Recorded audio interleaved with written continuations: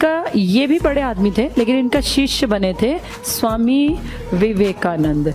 और जब विवेकानंद को खूब पैसा मिला, बड़े आदमी बन गए बहुत यंग एज में ही, 1893 में ये अमेरिका के एक शहर में गए थे, शिकागो। यहाँ धर्म संसद हुई थी, पूरी दुनिया के धर्म के लोग आए थे। बताई थी मैंने कहानी, ये नहीं बताई तो ध्यान से सुन लो, ये हिस्ट्री में भी काम आएगी। 1893 में पूरे वर्ल्ड के धर्मों के लोगों को इनवाइट किया गया कि भाई एक धर्म संसद है, जिसका जो मन करे अपनी किताब ले आना, यहाँ डिस्कशन होगा खुले में और अपनी बातों को आप रख सकते हैं।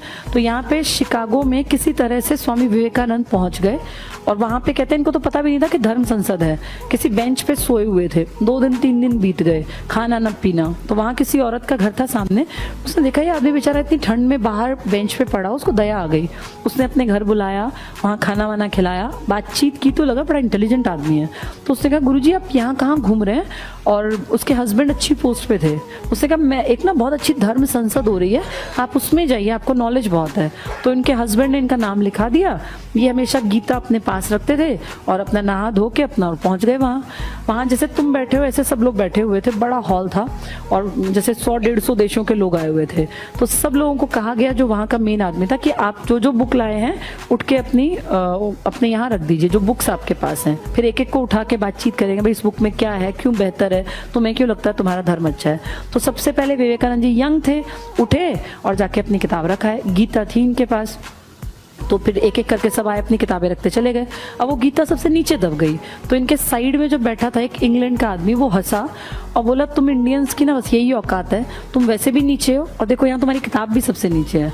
तो विवेकानंद जी ने बड़ी अच्छी बात की। इन्होंने क्या कहा, 2 बातों से ये जाने जाते हैं।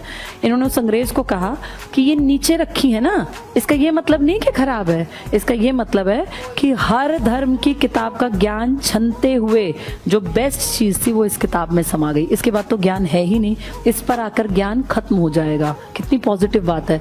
उस आदमी को कुछ सूझा ही नहीं कि मैं क्या करूं, उठ के दूसरी जगह चला गया, फिर बैठ गया कहीं और।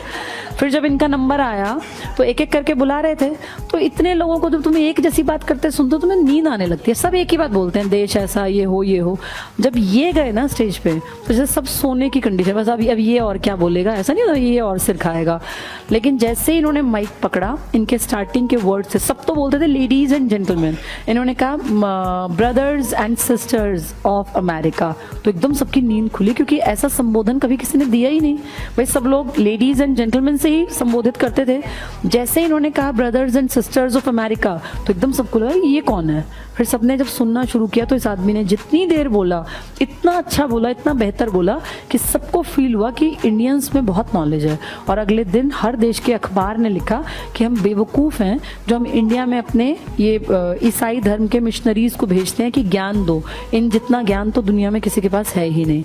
वहाँ विवेकानंद जी का, जो कि इंडिया से ऐसी फालतू में गए थे बैठ के, इतना नाम हो गया, इतना नाम कि जब यहाँ आए ना तो बम्बई में पानी के जहाज में जब ये उतरे तो इंडियंस की भीड़ खड़ी थी इनका स्वागत करने, गुरुजी आ गए गुरुजी। जब ये गए तो कुछ भी नहीं थे और वापस आए तो गुरुजी आ गए, गुरुजी आ गए। खूब पैसा मिला, दुनिया भर के लोगों ने इज्जत दी।